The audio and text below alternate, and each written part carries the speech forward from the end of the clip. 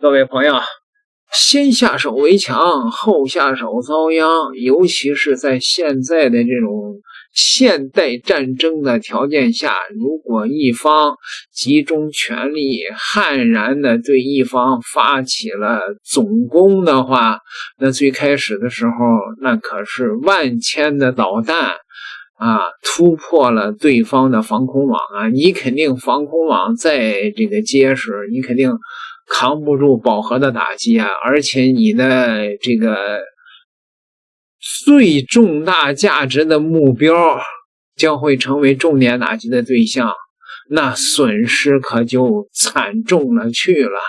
咱們大家試想一下，如果這個事情換算到中國的話，中國的沿海經濟發達地區的一些重大的經濟目標，如果軍事目標等等，包括航空母艦，如果真的讓幾百上千枚的導彈給鎖定瞄準了，第一輪打擊過後，雖然中國有能力反擊，但是你的這些損失那可是不可承受的呀，朋友們。所以有的時候這個所謂的中國解放軍不打第一槍這個原則那就太過於迂腐了，而更加有害的是那些當權者中的投降派。戴旭將軍對此呢曾有着一種深刻的警告。我從來不贊成不打第一槍，為什麼不打第一槍呢？我就想不清楚，因為我跟我們的一些搞軍事研究的人有很大的衝突，觀點不一致。他們經常說，我們絕不打第一槍，我們也絕不讓我們的敵人打第二槍。我說你這個話我聽不懂，你好像認為人家第一槍打不死你一樣。我們打起來，我肯定先動手。我說我第一下子把你所有的優勢全部消滅掉，全部給你抵消掉。那你不是用核武器了嗎？我說對呀，我就是用核武器啊。我當年毛主席跟你說過，你都沒聽他的話。抗美援朝的時候，毛主席說：“你用你的原子彈，我用我的手榴彈。”問你為什麼不用原子彈？毛主席都說這麼清楚了，你還不用？那你蠢啊！我們當時只有手榴彈，我不能打手榴彈。你那時候已經有原子彈，你為什麼不用？現在我們有原子彈，我一定有原子彈。所以你不要跟中國人動這個腦筋。軍事上你沒有任何可能。現在有一些人老是害怕美國，我就不知道這個心裡是怎麼回事。一針見血，戳穿百年迷思。軍事專家戴旭近幾日的一番話，算是扯下了不少人的遮羞布。這是今日頭條上一位網友的感慨。戴旭說的什麼話？他說，中國人從晚清到現在，總改不了一個毛病，只要涉及可能的衝突，先急着算誰占理，誰先動手，生怕被人扣上挑起戰爭的帽子。可最後呢，往往是自己吃虧。這話聽着扎心，卻是事實。晚清怕先動手，結果馬江海戰、豐島海戰全吃大虧，部隊損失慘重。北洋水師明明有亞洲第一的艦隊，卻被不許主動出擊的聖旨捆住手腳，眼睜睜等日本人先開火。總想着以理服人，別人不打就不還手，這種想法只會讓自己受欺負。拿戰士的性命換仁義的虛名，根本不值當。一、歷史的血淚教訓，伸出去的脖子，人家只會覺得好下刀。看看晚清就知道了。中法戰爭時，法國艦隊大搖大擺開進馬尾軍港，福建水師的大炮都上了膛，就是不敢打，非得等人家先動手。這一等，等來的是全軍覆沒，連造船廠都被炸成廢墟。甲午海戰一樣的劇情，日本人連招呼都不打，直接在豐島海面把運兵船幹沉了。咱們的北洋水師硬是等到挨了打才動彈。為什麼會這樣？因為咱們骨子裡有一種道德潔癖，總覺得只要我占理，天下人就會幫我，總覺得先動手就是理虧，會被國際社會唾棄。可現實是什麼？你越在意名聲，越忍讓，對方就越容易摸到你的軟肋。你把脖子伸出去，企圖用道德感化屠刀，結果屠刀只會覺得你伸脖子的角度特別好下刀。晚清的例子太慘烈了，咱們費盡心思在國際上擺事實、講道理，指望列強出來主持公道。結果呢，人家全在看笑話，眼睜睜看着咱們割地賠款、喪權辱國。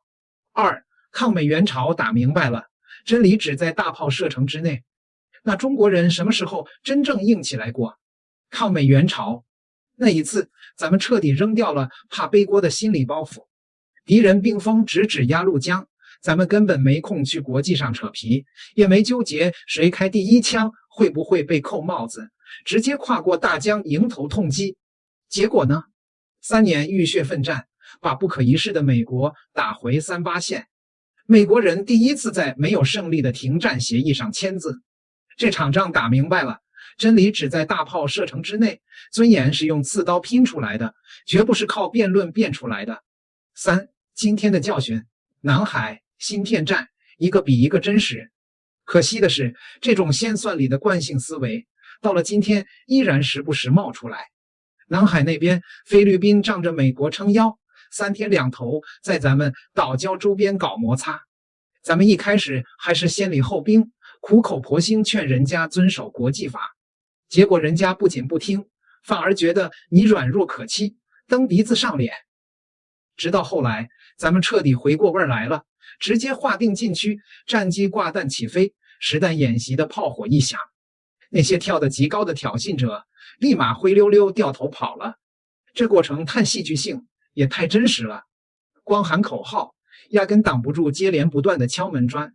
再看芯片戰，一個道理。美方從制裁企業到全球技術封鎖，從沒糾結過什麼規則道德。有利他們就升級，有代價就甩鍋。他們做這些從不在乎理不理虧，只認拳頭和效果。咱們一再解釋企業合法，呼籲公平競爭，結果換來的是對方小圈子跟風制裁，自己核心產業壓力山大，最後逼得只能自己研究，自己突破。這就是現實。在國際博弈中，即便站在道德的制高點，也無法擋住敵人的炮火。4. 戴旭的警示，腦子裡的軟件必須升級。戴旭指出的這個問題，其實是在給咱們敲黑板。時代變了，咱們的實力變了，但腦子裡的軟件必須跟着升級。今天的中國早就不是那個連槍管都造不直的晚清了。咱們手裡攥着最先進的戰機、航母和東風快遞，完全具備了硬刚的底氣。從2彈1星到歼20，從航母下水到高超音速武器，國防家底厚實得很。但光有硬實力不行，還得有與之匹配的精神裝備。戴旭說得很透徹，衡量一個國家、一支軍隊是否先進的根本標誌，不僅看它有多少性能優良的現代化武器，更要看它对思想和精神的重視程度。咱們当然热愛和平，也願意跟全世界講道理，但前提是得讓對方清清楚楚地知道，中國不惹事，但也絕不怕事。咱們手裡的劍不僅能看，而且極度鋒利，誰敢越線，這把劍就敢毫不猶豫地劈下去。5. 善良換不來安全，只有守住底線才能保護百姓。有網友說，現在國家實力強，國防家底厚，不能再被舊觀念綁住。這話說得太对了。面對不講道理的勢力，善良換不來安全。你越退讓，對方越得寸進尺。只有守住底線，敢於捍衛利益，才能保護百姓安穩過日子。看看最近發生的幾件大事，應該讓所有人都清醒了。美軍靠航母編隊、隱形戰機，把國際法和聯合國憲章踩在腳下，悍然入侵委內瑞拉，突襲元首駐地，抓捕馬杜羅。美以聯手空襲伊朗，精準斬首高層，釀成慘重傷亡。這些血淋淋的現實告訴世界一個真理：國若無外交，軍若無安全。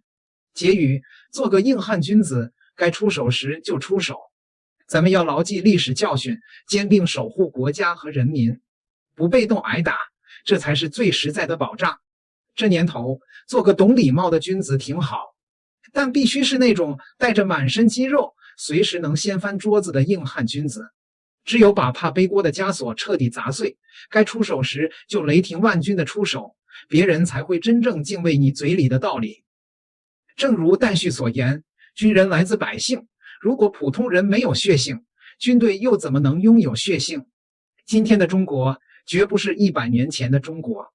面對日益逼近的挑戰，我們再不能犯同樣的錯誤。秦桧這兩個字，在中國人心裡早就是一個刻進骨子裡的髒字。只要一提到投降派、賣國求榮，大家第一個想到的一定是他。可很多人骂完就過去了，很少有人靜下心來想一句，這真的只是秦桧一個人的問題嗎？其實不是。每當國家風雨飄搖、內外壓力最大的時候，總有一種投降邏輯悄悄冒出來，打着理性、妥協、顧全大局的旗號，幹着挖国家根基、斷民族脊梁的事。翻開歷史就看得清清楚楚。南宋那一段秦桧主和、岳飛冤死，幾乎人人都知道。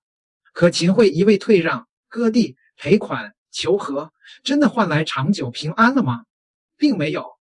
金兵步步緊逼，朝廷日日退縮，朝堂之上滿是再讓一步的聲音。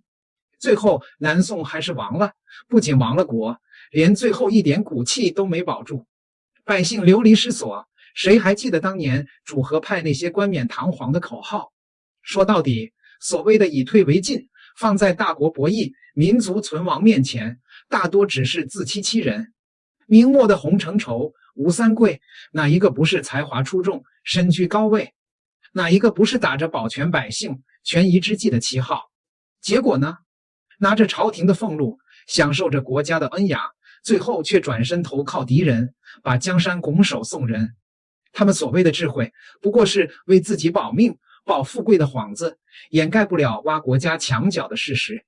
更讓人寒心的是，每當這類人占了上風，整個環境都會變得異常詭異。真心想保家衛國的人，敢說一句硬話，馬上就被貼上極端、好鬥、不懂事的標籤。敢戰、能戰、願戰的人，反倒成了異類，成了麻煩。一味妥協、退讓、求和的人，反而被捧成理性、成熟、顧全大局。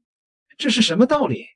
一個國家的骨氣還沒被敵人打斷，自己人先把它磨平了。但歷史最公平，也最會打臉。一個民族能挺過難關，延續至今，靠的從來不是那些精明的投降派，而是一群看上去不識時務的硬骨頭。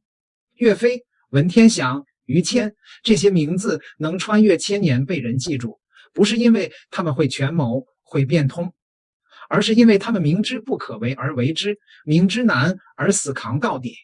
有人說他們傻，可正是這些傻子才給民族留下了一口氣。沒有這口氣，再強的國力、再富的錢財都守不住。現在還有人說退讓能換和平，妥協能少流血，可歷史賬本記得明明白白，你讓一寸，對方就進一尺；你退一步，對方就逼10步。近代百年屈辱，不是因為我們不夠妥協，而是因為我們太過軟弱。真正換來尊嚴和喘息的，從來不是求饒，而是無數人站起來拼命。一個民族能不能立得住，靠的不是別人的憐憫，不是漂亮的話術，而是骨子裡那股不服輸、不低頭、不放棄的勁兒，這才是最硬的底牌。如果有一天投降派能堂而皇之站在高位，能掌握話語權，能決定國家方向，那才是真正危險的信號。人可以沒本事，但不能沒骨氣；可以犯錯誤，但不能主動認輸、出賣底線。外敵再強，未必能打垮一個國家，可內部先塌了，先軟了，先投降了，那誰也救不了。